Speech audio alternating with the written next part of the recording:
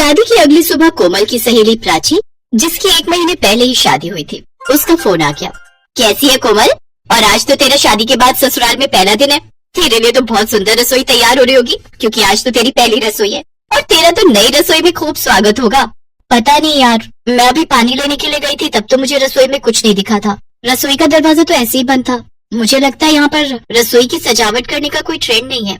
क्या रसोई में सजावट नहीं हुई? यार तू तो जानती है ना, आजकल सोशल मीडिया पर पहली रसोई की नई बहू कितनी रील्स बनाकर अपलोड करती हैं, और मैंने भी वैसे ही किया। मैंने तुझे वीडियो भेजी है, तू मेरी पहली रसोई की वीडियो देखना। कितनी सुंदर हुई थी मेरी पहली रसोई। बहुत बढ़िया स्वागत किया था मेरी सासू माँ ने। मेरी नंदों ने मेरी पूरी वीडियो बनाई थी। तू मेरी देख, मैंने तुझे अभी अभी भेजी है। अच्छा मैं रखती हूँ, मुझे ना आज इनके साथ घूमने जाना है।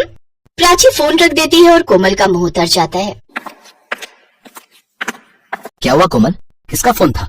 तुम इतनी उदास क्यों हो गई? वंश, आज मेरी पहली रसोई है। अभी तक तो रसोई में कोई भी दिखाई नहीं दिया। अरे हो सकता है माँ नहाने गई होंगी और कविता सोकर ना उठी हो। सब थके हुए ना शादी की वजह से, इसलिए कोई रसोई में नहीं गया होगा। चाय वगैरह कुछ मैं बोल देता हूँ माँ को, वो भिजवा देंगी। तभी कोमल की सास आ जाती है। कोमल बहू, आज तुम्हारी पहली रसोई है, इसलिए तैयार होकर ड्राइंग रूम में आ जाओ। आज तुम्हें मीठे में हलवा बनाना है। सारे नजदीकी रिश्तेदार आ चुके हैं। जी माँ जी।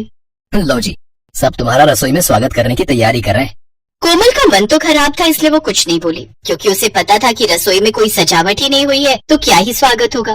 कोमल ड्राइंग रूम में मेहमानों से मिलने लगती है। कोमल भाभी, रसोई में सारा सामान निकाल कर रख दिया है, आप यहाँ सबसे मिल लो, फिर रसोई में आ जाना। ठीक है रुचि। और बहू, मन लग गया यहाँ ससुराल में? वैसे तो यहाँ तुम्हें किसी चीज की कोई कमी नहीं होगी, तुम आराम से रसोई में हलवा बना सकोगी, सब तुम्हारी मदद करेंगे। हाँ हाँ, और क्या, भाभी ठीक कह रही है। वैसे वंश नहीं उठा अभी तक, उसको भी बुला लेती, तुम्हारी हलवा बनाने में थोड़ी मदद कर देता। बुआ जी को तो बस मजाक करने की आदत है। यही तो मौका है खुशियाँ बांटने का, ताकि बहू को एहसास रहे कि वो अपने घर में आई है। अच्छा बुआ जी, ताई जी, मौसी जी, आप लोग तब तक चाय नाश्ता करो, भाभी हलवा बना कर लाती है। कोमल रसोई में जाने लगती है, तभी उसकी ननद उसे रोक लेती है। भाभी, इधर कहाँ जा रही हो? रसोई वहाँ थोड़ी है, रसोई तो फर्स्ट फ्लोर पर है, वो तो भंडार घर है। बहू, रसोई हमने नई बनवाई है ऊपर, ये पुरानी रसोई है, इसे तो अब भंडार घर बनाकर रखेंगे। अब नई बहू घर में आई है तो उसका स्वागत भी तो नई रसोई में होना चाहिए ना, इसीलिए मैंने तुम्हारे ससुर जी और वंश से कहकर रसोई पहली मंजिल पर नई बनवा दी थी। आओ चलो, नई रसोई का उद्घाटन तुम्हारे हाथों से ही होगा। नई बहू का नई रसोई में स्वागत होगा। कोमल की खुशी का ठिकाना नहीं था। कुछ देर तक तो वो हैरान ही रही कि उसके ससुराल वालों ने उसके लिए कितना सोचा। कोमल फर्स्ट फ्लोर पर जब पहुंची तो वो रसोई का नजारा देखकर हैरान थी। पूरी रसोई फूलों से सजी हुई थी। कोमल की आंखों में खुशी के आंसू आ गए। भाभी रुको, मैं आपकी वीडियो बनानी स्टार्ट करती हूँ, फिर हम सोशल मीडिया पर अपलोड करेंगे। कोमल की ननद उसकी पहली रसोई का पूरा वीडियो बनाती है। एक एक चीज पूरे सिस्टम से स्लैब पर रखा हुआ था। बहू, मैंने किचन की स्लैब पर सूजी, देसी घी, चीनी, ड्राई फ्रूट सब कुछ रख दिया है। पानी भी जग से ले लेना, और किसी चीज की जरूरत हो तो मुझे बुला लेना। आप सबने इतना अच्छा वेलकम किया है, मुझे तो लग ही नहीं रहा कि मुझे किसी चीज की जरूरत पड़ेगी। मम्मी जी, सब कुछ बहुत बढ़िया से रखा हुआ है। Thank you mummy ji, thank you मेरी प्यारी ननद जी। कोमल सबके लिए हलवा बनाती है और सभी मेहमानों को परोसती है। कोमल अपनी पहली रसोई का वीडियो अपनी सहेली को भेजती है। प्राची भी कोमल का पहली रसोई में स्वागत देखकर बहुत हैरान होती है और उसे बधाई देती है। इस कहानी से हमें यही सीख मिलती है कि हमें बिना जाने परखे कभी भी किसी बात के नतीजे पर नहीं पहुंचना चाहिए। कभी कभी हमें वो सब ढेरों खुशियां मिल जाती हैं जो हमारी सोच से भी परे होती हैं।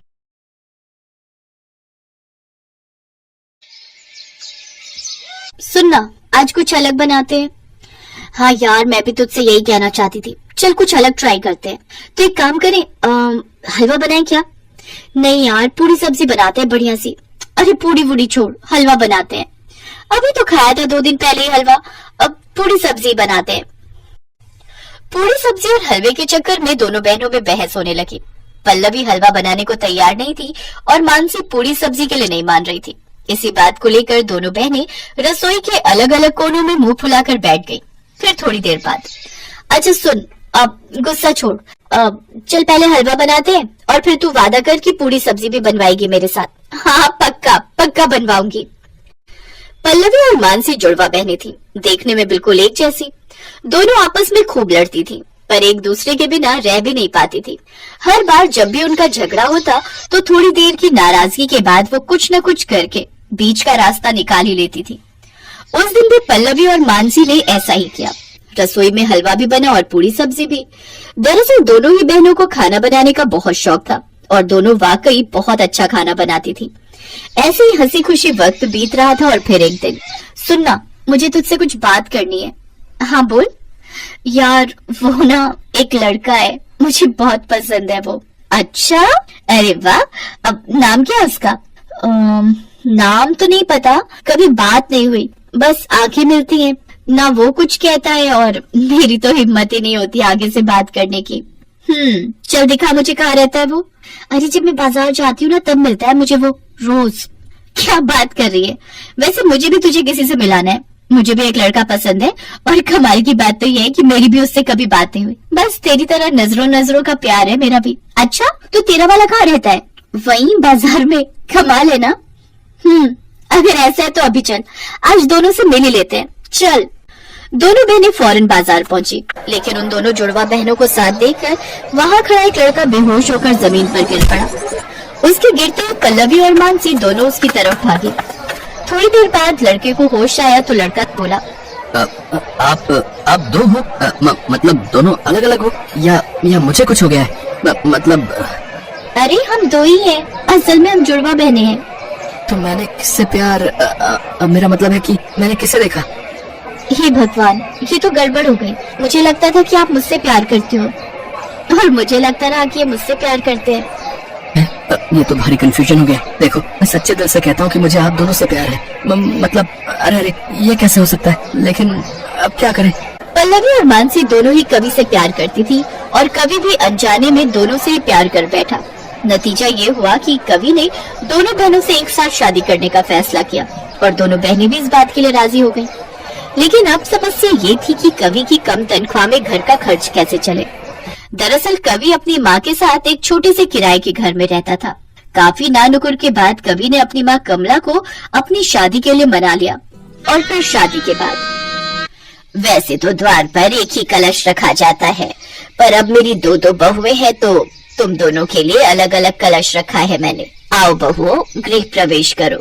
जैसे पल्लवी और मानसी ने अपने पैर आगे बढ़ाए, ठीक उसी वक्त उनका मकान मालिक वहां पहुंचा और फिर, सुन कमला, ये सब नहीं चलेगा। मकान देते वक्त बस दो लोगों के रहने की बात हुई थी। हाँ, पर लाला, बेटे की शादी तो होगी ना कभी। हाँ होगी, मगर दो पत्नियां भला कौन लेकर आता है? देखो, मैं एक हफ्ते का वक्त देता हूँ, तुम चारों अपना बोरिया बिस्तर समेटो और चले जाओ यहाँ से, समझे? ये सब मेरे घर में नहीं चलेगा। मकान मालिक लाला बहुत ही खड़ूस आदमी था। कवि और कमला ने उससे बहुत मिन्नतें की पर वो नहीं माना और इस सब में बेचारी पल्लवी और मानसी के गृह प्रवेश की रस्म भी पूरी न हो सकी। एक हफ्ते बाद चारों ने एक दूसरा मकान किराए पर लिया और फिर, वो लाला कितना खड़ूस था, उसने बहुत बुरा किया हमारे साथ। क्या कितनी देर से देख रही हूँ तू कुछ बोल ही नहीं रही है, आखिर चल क्या रहा है तेरे मन में? मुझे अपना मकान चाहिए जिसमें तू और मैं फिर से पूरे सम्मान के साथ गृह प्रवेश कर सके। हैं? ये क्या बोल रही है? अपना मकान? अरे हलवा या पूरी सब्जी थोड़ी ही है जो मिलके बना लेंगे। अरे वाह, क्या आइडिया दिया है तूने।